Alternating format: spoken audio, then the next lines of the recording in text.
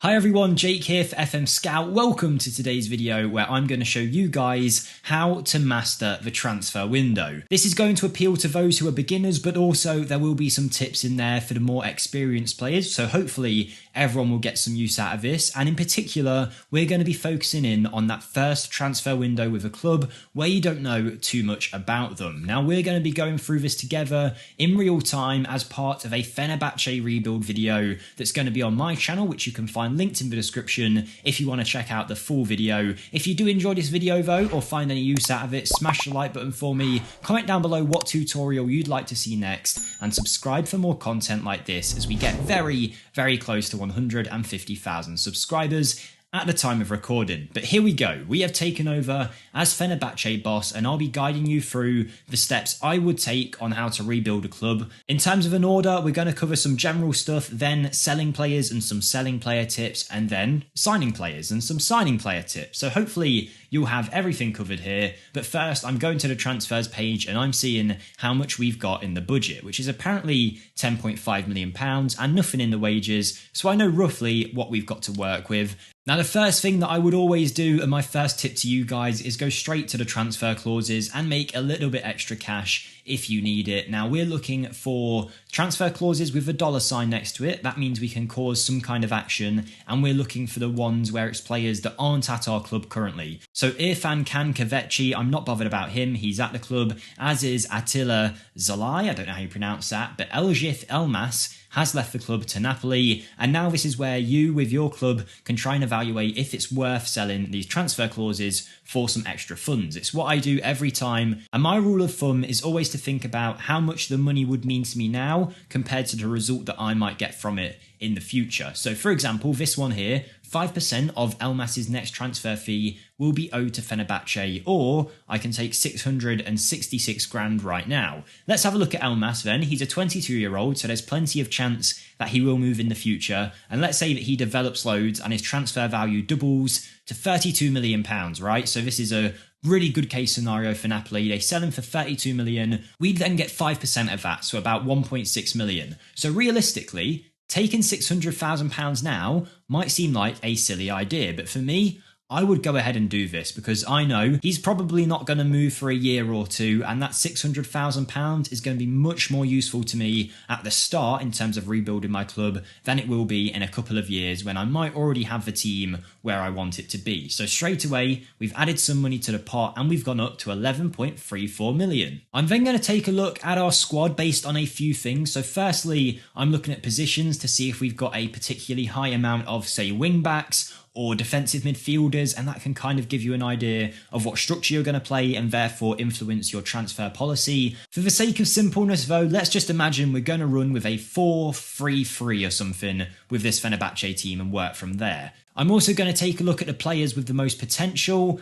and the most current ability and take note of that, as well as looking at the players who are on the highest wages. From there, we can kind of get an idea of who we'd like to move on. For example, I'm seeing we have four strikers, should I say, on some of the highest wages at the club. I'm also looking to see which players have the highest transfer values and just making note of that in case we want to sell them, as well as looking at the players with the least ability in the squad to see if they might be worth letting go. For example, Ali Samata is one of our worst, but is on very high wages, so if he was at the club and not on loan, I'd be looking to sell him straight away. But all I've done here is I've just gathered a little bit of information so I know roughly about the key players at the club, the worst players. Now though, I want to start working in the squad planner and filtering out which players I could potentially get rid of. But first I need to make a tactic, so let's just pick one for an example. Here you go, let's imagine we're running with a 4-3-3. I'm just using this for the purposes of getting into the squad planner right here,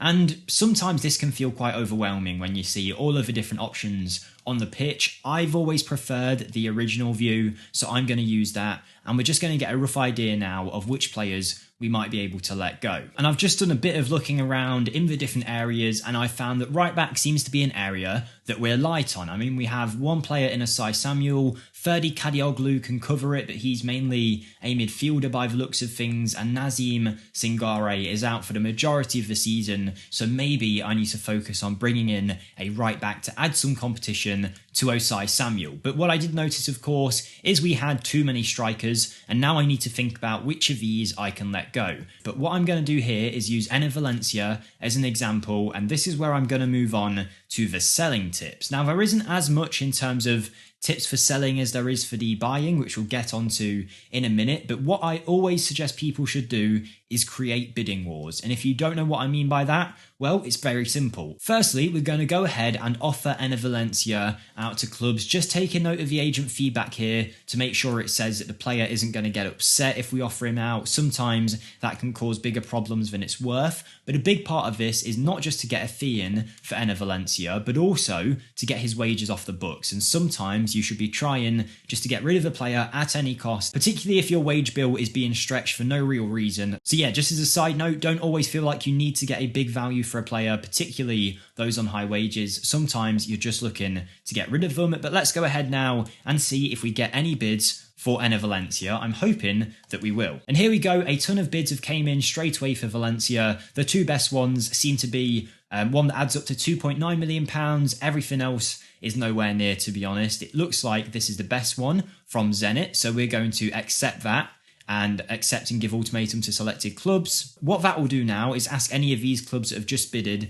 if they want to match that fee. But I'm a bit old-fashioned, so the way that I tend to do it is once I've accepted that, I'll go ahead and reject all the others and then try and offer Enner Valencia out for something slightly higher than what we've just accepted. So that was 2.9. I'd now be looking for 3. Now, this isn't me being pedantic over £100,000. Obviously, it's great to get that money in, but what I'm trying to do is create a bidding war. Now, as this is me doing it live, there's a good chance it won't happen. The fact that no one is really near that £2.9 million value. But yeah, unfortunately, we weren't able to start a bidding war, but in theory, what may happen from time to time is a club, say it's Lyon here that he wants to move to, they might then come in for 3 million. You then reject the offer from Zenit and list him for 3.1 and hope that Zenit come back in for 3.1, at which point you reject that offer that you got from Lyon and you put him out for £3.2 million. Then you hope Lyon come back. Then you reject Zenit and you just keep going and going and going until you get that value as high as possible. But there is one other thing that I think too many people avoid when it comes to selling players that I'll show you here, and it's when you don't get a bid at all for a player. So if you have someone like Ismail Yuksek, now we've tried selling him, we've tried offering him out for pretty much anything we want, and we're getting nothing, and we just don't want this man at a club. So then if you go to the unwanted list, it will now be the job of someone else to continually talk to clubs and try and organise a deal for Ismail Yuksek away from the club. It might not always work, but it saves you all the hassle of trying to do it yourself. When you've given up, use this button. So you could decide to sell him for an asking price. You could sell him for his transfer value of 1.3. If you really wanted to get rid, you could sell or release, or even sell at any price. I would say sell at any price. I just don't want him here. He's got no future for me, and I'm going to choose to sell him. This isn't actually how I feel about Yuksek, but for the sake of this, we're going to do this. But then it will be time to make transfers in. You've analysed your squad, you know what you need. I said we needed a right back here. I'm sure the Fenerbahce side needs a lot more than that. But for this example, let's imagine we are recruiting a right back. I'll show you a few quick transfer tips to get the best deal and find the right player for your club. This is where one of my favourite buttons in all FM will come into place. Click on your player, go to comparison and find similar players. This will then launch a search in the player search function. This is looking for anyone who has similar attributes to Osai Samuel. So what it's done is it's marked his 7 best attributes and is looking for anyone who has that level. Now, it looks like no one is appearing. Maybe no one has these attributes at a level of 15 or higher. What about 14 or higher? Well, there we go. We've now got a few results. Maybe we want to narrow the age down a little bit to be, I don't know, 27 or younger. We've then narrowed it down to 2 options, Thomas Fouquet and Nacho Vidal. What a great name that is. Now, I don't know anything about these players. They might be rubbish, but scout them,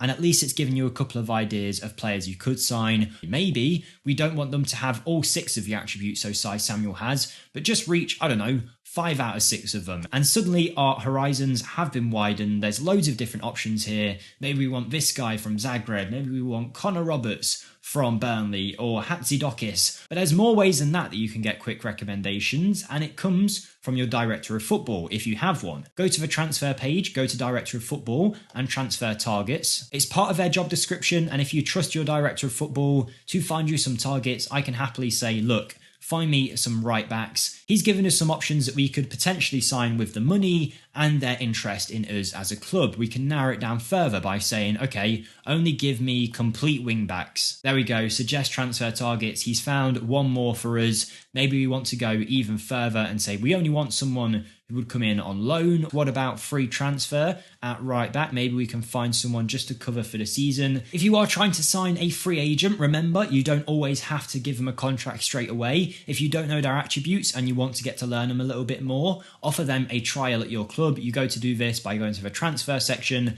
and offer trial. He'll then come to your club with no cost at all, basically, for 4 weeks. You don't have to pay their wages or anything like that. The coach report will slowly become more accurate, but we can learn more about him over time and use him in friendlies as well to get an idea of if we want him. So remember, you can use that offer trial function. But let's say eventually your scouts find you a player. Aaron Martin here didn't come from a scouting focus, it just came through, but I thought I'd use him as an example. Let's try and negotiate a deal for this man. Often it can be so easy just to see, okay, £4.5 million to 2.2, let's offer him 3.5 and be done with it. No, try not to do that. Try and save as much money as possible, and I'll show you some ways to do that now. So firstly, when you go to transfer, there's a new button in FM23, discuss availability with agent. Now, it did used to be there, but it's changed a little bit this time round. Don't just go into make an offer, discuss it first with the agent, because you'll get this pop-up come up. We've only got one option here, so we're going to click it, and then we start a discussion with the agent about Aaron Martin